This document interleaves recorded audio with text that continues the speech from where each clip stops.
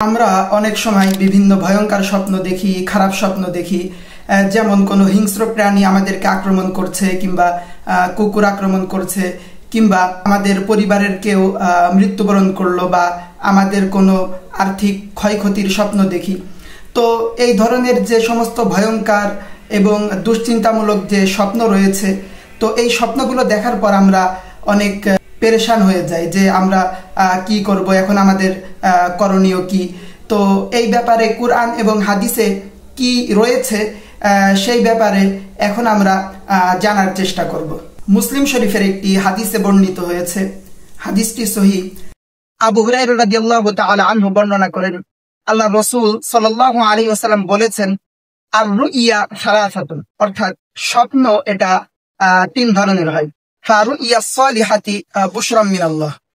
প্রথম প্রকারের যে স্বপ্ন সেটা হলো আল্লাহ তাআলার পক্ষ থেকে, অর্থাৎ এটা একজন মুমিন ব্যক্তির জন্য একটি সুসংবাদ, এটা হলো একটি ভালো স্বপ্ন। ওয়ারুইয়া তাহজিনুম মিনাশ শাইতান। আর দ্বিতীয় প্রকারের যে স্বপ্ন রয়েছে সেটা হলো মূলত শয়তানের পক্ষ থেকে আসে, শয়তান দেখায়, এটা হলো খারাপ স্বপ্ন এবং ভয়ঙ্কর স্বপ্ন।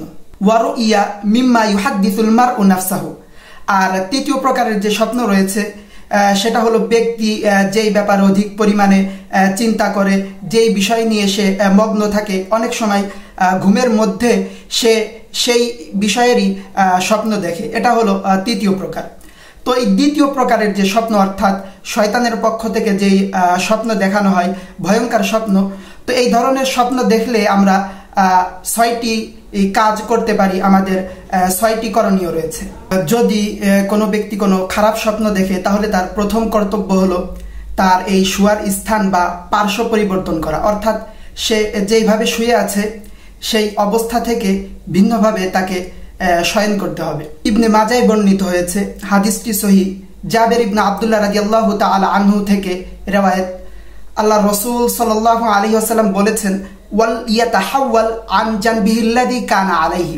অর্থাৎ যখন কোনো ব্যক্তি কোনো খারাপ স্বপ্ন দেখবে, তখন সে যেন তার পার্শ্ব পরিবর্তন করে শোয়, অর্থাৎ সে যদি ডান কাত হয়ে শুয়ে থাকে তাহলে সে বাম কাত হয়ে শয়ন করবে, যদি বাম কাত হয়ে শুয়ে থাকে তাহলে সে ডান কাত হয়ে শয়ন করবে, বা যদি সে চিত হয়ে শুয়ে থাকে বা উবুড় হয়ে শুয়ে থাকে বা ভিন্ন কোনো অবস্থায় যদি শুয়ে থাকে, তাহলে সেই অবস্থাটা পরিবর্তন করে হয়তো ডান কাত হয়ে শোবে কিংবা বাম কাত হয়ে শোবে, যেন এই খারাপ স্বপ্নের যে প্রভাব, সেই প্রভাব যেন তার থেকে দূর হয়ে যায়।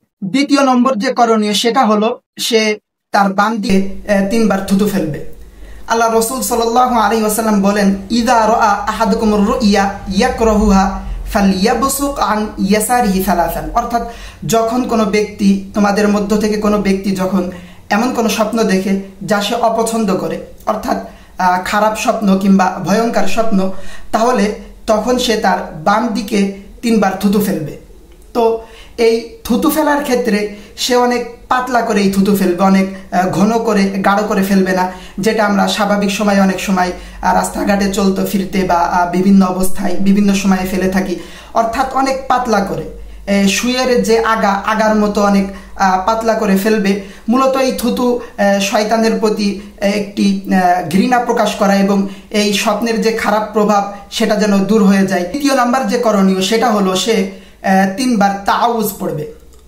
আল্লাহ রাসূল সাল্লাল্লাহু আলাইহি ওয়াসাল্লাম হাদিস শরীফের মধ্যে বলেন, ওয়াল ইস্তাঈদ বিল্লাহি মিনাশ শাইতানি সালাসান। অর্থাৎ তোমাদের মধ্যে যখন কোনো ব্যক্তি কোনো খারাপ স্বপ্ন দেখে, তখন সে 3বার আউযু বিল্লাহি মিনাশ শাইতানির রাজিম বলবে। এটা বলে সে আল্লাহ তাআলার নিকটে আশ্রয় চাইবে, যেন আল্লাহ তাআলা তার এই খারাপ স্বপ্ন এবং শয়তানের তাকে যে স্বপ্ন দেখালো এর যে খারাপ প্রভাব, এর থেকে তাকে আশ্রয় দান করেন, মুক্তি দান করেন। খারাপ স্বপ্ন দেখলে 4র্থ নাম্বার যে করণীয় সেটা হলো বেশি বেশি দোয়া করা। সূরা মুমিনের 97 নম্বর আয়াতে বর্ণিত হয়েছে, ওয়াকুর রব্বি আউযু বিকা মিন হামাযাতিশ শায়াতিন। তুমি বলো, হে আমার প্রতিপালক, আমি আপনার নিকটে শয়তানের কুচক্রান্ত সমূহ থেকে আশ্রয় প্রার্থনা করছি। তো এই আয়াতে কারিমার প্রতি যদি আমরা লক্ষ্য করি, তাহলে আমরা বুঝতে পারি যে আমাদের বিপদ আপদ, বালা মুসিবতে আমাদের শয়তানের কাছ থেকে আশ্রয় প্রার্থনা করতে হবে আল্লাহ তাআলার নিকটে। আর এই খারাপ স্বপ্ন এটাও যেহেতু একটি ভয়ঙ্কর বিষয়, দুশ্চিন্তার বিষয়, এর থেকে আল্লাহ যেন আমাদেরকে মুক্তি দান করেন, রেহাই দান করেন। এই কারণে এই খারাপ স্বপ্ন দেখার পর চিন্তিত না হয়ে অধিক পরিমাণে আল্লাহ তাআলার নিকটে আমাদের দোয়া করা উচিত। যদি কোনো ব্যক্তি কোনো খারাপ স্বপ্ন দেখে তাহলে তার 5 নাম্বার যে করণীয় সেটা হলো 2 রাকাত কমপক্ষে নফল নামাজ আদায় করা। আল্লাহ রসুল সাল্লাল্লাহু আলাইহি ওয়াসাল্লাম বলেছেন, ফাইন রাআ আহাদুকুম মা ইয়াকরাহু ফালইয়াকুম ফালইউসাল্লি, অর্থাৎ যদি তোমাদের কেউ কোনো খারাপ স্বপ্ন কিংবা অপছন্দনীয় কোনো স্বপ্ন দেখে তাহলে সে যেন দাঁড়িয়ে যায়, অর্থাৎ পাক পবিত্র হয়ে সে যেন নামাজে দণ্ডায়মান হয় এবং নামাজ আদায় করে। এই কারণে আমাদের উচিত এই খারাপ স্বপ্নের যে খারাপ প্রভাব, তো এর থেকে মুক্তি পাওয়ার জন্য, রেহাই পাওয়ার জন্য কমপক্ষে 2 রাকাত নফল নামাজ আদায় করা। খারাপ স্বপ্ন দেখলে 6 নাম্বার যে করণীয় সেটা হলো এই খারাপ স্বপ্নের ব্যাপারে মানুষের নিকটে বলা যাবে না। আল্লাহ রসুল সাল্লাল্লাহু আলাইহি ওয়াসাল্লাম হাদিস শরীফের মধ্যে বলেন, ওয়ালা ইউহাদ্দিস বিহান নাস, অর্থাৎ যখন তোমাদের কেউ কোনো খারাপ স্বপ্ন দেখবে তো খারাপ স্বপ্ন দেখার পর এটা মানুষের নিকটে বলে বেড়াবে না। তো এই কারণে আমাদের উচিত আমরা যদি কোনো খারাপ স্বপ্ন দেখি নিজের ভিতরেই রাখতে হবে, সেটা মানুষের নিকটে বলা বলি থেকে মুক্ত থাকতে হবে। নবী সাল্লাল্লাহু আলাইহি ওয়াসাল্লাম হাদিসের মধ্যে এই খারাপ স্বপ্ন দেখার পর এটা না বলার জন্য কঠোরভাবে নিষেধ করেছেন, অর্থাৎ খারাপ স্বপ্ন দেখলে এটা কোনোভাবেই এটা মানুষের নিকটে বলে বেড়ানো যাবে না। একটি হাদিসে রয়েছে, জাবির রাদিয়াল্লাহু তাআলা আনহু তিনি বর্ণনা করেন, লি আরাবিয়িন জাআহু ফাকাল, একবার এক বেদুইন নবী করিম সাল্লাল্লাহু আলাইহি ওয়াসাল্লামের নিকটে এসে বলল, ইন্নী হামালতু আন্না রাসি কুতিয়া ফাআনা আত্তাবিউহু, যে আমি স্বপ্নে দেখছি যে আমার মাথা কেটে ফেলা হয়েছে আর আমি এই কর্তৃত মাথার পিছন পিছন দৌড়াচ্ছি। ফাজারাহুন নবী সাল্লাল্লাহু আলাইহি ওয়াসাল্লাম, তখন নবী করিম সাল্লাল্লাহু আলাইহি ওয়াসাল্লাম তাকে একটু ধমক দিলেন। ওয়াকাল, এবং তিনি বললেন, লা তুখবির বিতাগাল্লুবি শাইতানি বিকা ফিল মানাম, ঘুমের মধ্যে শয়তানের তোমার সাথে খেলাধুলা করা, খেলতামাশা করার ব্যাপারে তুমি কাউকে বলো না। তো এই হাদিসের প্রতি যদি আমরা লক্ষ্য করি তাহলে আমরা বুঝতে পারি যে খারাপ স্বপ্ন এটা মূলত শয়তানের পক্ষ থেকে দেখানো হয়। এটা মূলত শয়তান খেলতামাশা করে, ইয়ারকি আড্ডার মতো করে একজন ব্যক্তিকে দেখিয়ে তাকে পরেশান করে তোলে, দুশ্চিন্তাগ্রস্ত করে তোলে। এই কারণে এটা একটি গুরুত্বহীন বিষয়। এই কারণে এটা মানুষের নিকটে বলে বেড়ানো ও প্রচার করা থেকে বিরত থাকতে হবে।